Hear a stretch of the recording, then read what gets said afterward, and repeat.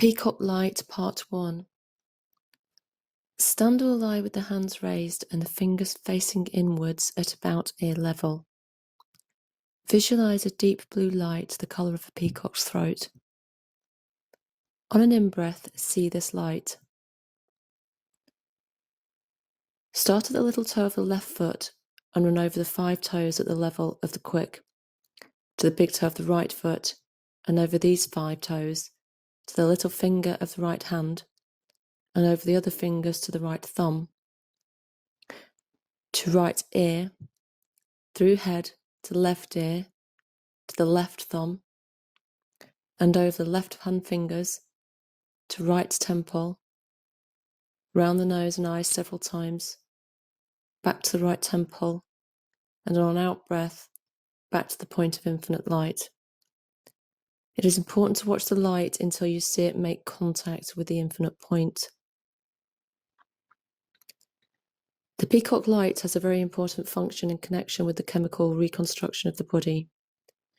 I first saw it actually with the naked eye, while watching beside the deathbed of a friend.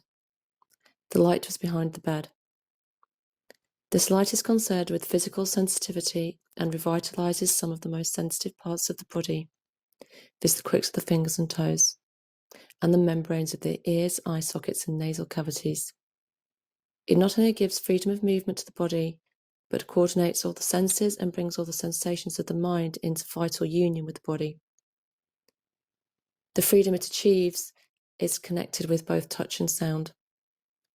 This quality of light has the same capacity as water for transmitting sound and is the eternal conductor of transcendental sound. In the resurrection body, wherein the physical and soul body are completely integrated, every condition is reversed. The coordination of sight, hearing, and touch, which the exercises achieve, produces a sensitivity which is more akin to touch than to the other two. A new octave of hearing, the hearing of the soul body, comes into play, and in this the sensitivity of the hands and ears is interchangeable. The ears seem to make sound, and the hands to listen and register it, but the senses are here functioning on a transcendental wavelength, which is neither visible nor audible to the normal sense organs, and registers as a feeling and not a sound or sight. On this wavelength, the voice of God will become, as it were, audible, and the exercise will in time transform the transcendental into normal experience. At present, the body could not make contact with supersonic waves without suffering injury, and it will absorb only the minutest quantities of peacock light. But these bubbles will build up and become part of our eternal vitality. This sensitivity must function in the material body and transcend the merely mental sensitivity of the ego, making it no longer conscious of the self. This is the Christ standard of life and should be standardized in us as a normal and natural law. From the right temple, the peacock light returns to God, its source. It is most important that we should watch closely its return and definitely feel and register its contact with the source. For in that touch, it is as if we could feel God with the nerves. It is really the crux of the whole exercise, for it puts the completely individual nervous system of each ego in nerve contact with the Father. As there is a link of sensitivity on this plane between intimate souls, which is really a link of love, so there is a sensitive link between God and the ego. This nerve link with the Father we lost at the fall, but Christ restored it, and it is now possible for it to function in us as the natural law of our being, keeping us in unbroken contact so that we have oneness of substance with God and a sparking oneness with Him in action.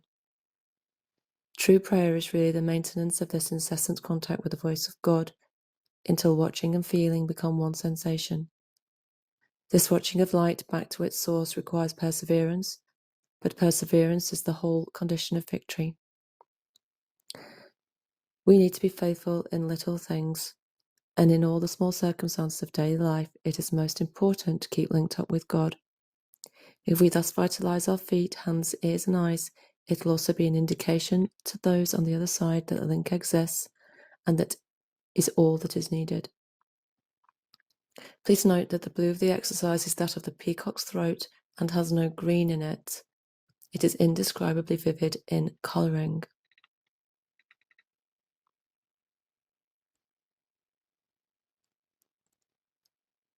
The Peacock Light Part 2. In the spine, on external surfaces, the peacock clock, in the nose and throat, and inside the body. This fourfold exercise follows those of the discs in the solar plexus and fingers. On an in-breath, visualize a flash of light within the head from the throat area to the front of the forehead. From here, the flash pours out of the forehead towards as an arc of white light, which flashes down into the base of the spine. On entering the base of the spine, the white light becomes peacock light and travels up the spinal cord to the point within the head where it started. All this takes place on an in-breath.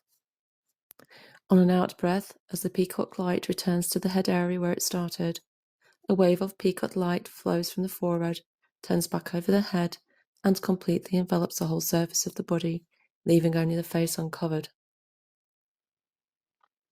On an in-breath, visualize peacock light inside the head, at the base of the throat, and as you breathe out, see the light spread fan-wise behind the skin into the whole face area, especially at the back of the throat and behind the nose and eyes. Visualize peacock light inside the body under the skin at hip level. On an in-breath, the light spirals round and up like a lasso from left to right, counterclockwise, just beneath the skin. When it reaches the level of the ribs, it becomes a very small and intensely vibrant vortex, which spirals very rapidly straight up the chest, throat, and head, coming out at the top of the head on an in-breath. The first part of the exercise vitalizes the whole of the spinal cord and gland area of the head. The second part revitalizes the pores and all outer surfaces of the body. And the third part should cure your colds and keep you free from all infections in this area. The fourth part purifies and vitalizes the fluids throughout the body. The third and fourth parts may be used separately at any time you feel the need for them. I have received a great deal of new understanding about peacock light since I gave the first exercise and talk upon it. After the present exercise has been practiced, we shall have vitalized with it all our sensitive membranes and the spinal marrow and head glands, and poured it completely over the external self. And it is important to know with exactitude what it does for us. The group of exercises to which this belongs, the ascension exercises, will enable us to demonstrate the powers which are inherent in the human instrument when it is really linked up with the source. They govern action which in potency goes far beyond the action of the brain, namely that of the heart, the organ through which our bloodstream functions. In these days, we know something of the intensity of light action involved in atomic energy, and this should give us some understanding of the potential energy of light in our own blood. The human body of the Christ, because linked to the Father, could, except when he voluntarily underwent death, transcend all the destructive radiations of atomic energy, and linked to him as divine relayed to the ultimate source, we can take a maximum charge of energy and overcome disintegration. This is a scientific reality. Humanity is afraid to make contact with naked power, but the human instrument cannot experience a catastrophic condition when linked to Christ. It becomes a natural agent of creative as opposed to destructive force. This creative condition may become natural to all who are willing to link up with and to acknowledge the source. And these vivifying exercises are powerful agents in maintaining this link. The instrument, so connected, has only to receive the charge of power. It is simplicity itself, too simple for the scientists. Do not, however, try to register this charge upon your consciousness, nor become aware of what you transmit. These exercises should train you to be an efficient transmitter of radiant energy without conscious registration. Knowledge of the results will come through the effect on other people. Nothing can stop it from operating if you do not allow any circumstances, any influence or person in your environment to disrupt your connection and take away your faith. Get confidence to receive in spite of all opposing conditions. There is no need to provoke opposition by deliberate efforts to transmit. It is indeed dangerous to wish to exercise conscious influence over other people and also depletes ourselves. We should enjoy our own freedom, health, and happiness, and it will be transmitted infallibly to all with whom we come in contact. The Peacock Light is a substance of light that only conscious channels can unearth in this world. It was not known to any pre-Christian masters of occult wisdom, but was earthed here for the first time by Christ the Redeemer in his own body. It is a quality of light with redemptive power, bringing back into the constitution of matter that divine energy from which man divorced himself at the fall. This light is very much more potent than the transmuting light. It is closely connected with the water and other fluids of the body, with the white corpuscles of the blood, and with the functions of the pituitary gland. In this exercise, it makes a vital contact with that area of the head where this gland lies, and also increases the magnetism of the spinal fluids, from which so great a measure of the life force is derived. As a cloak in the second part of the exercise, it carries out the same vitalizing action on all the external surfaces of the body, so that the whole organism has extra magnetic power to draw in vital energy.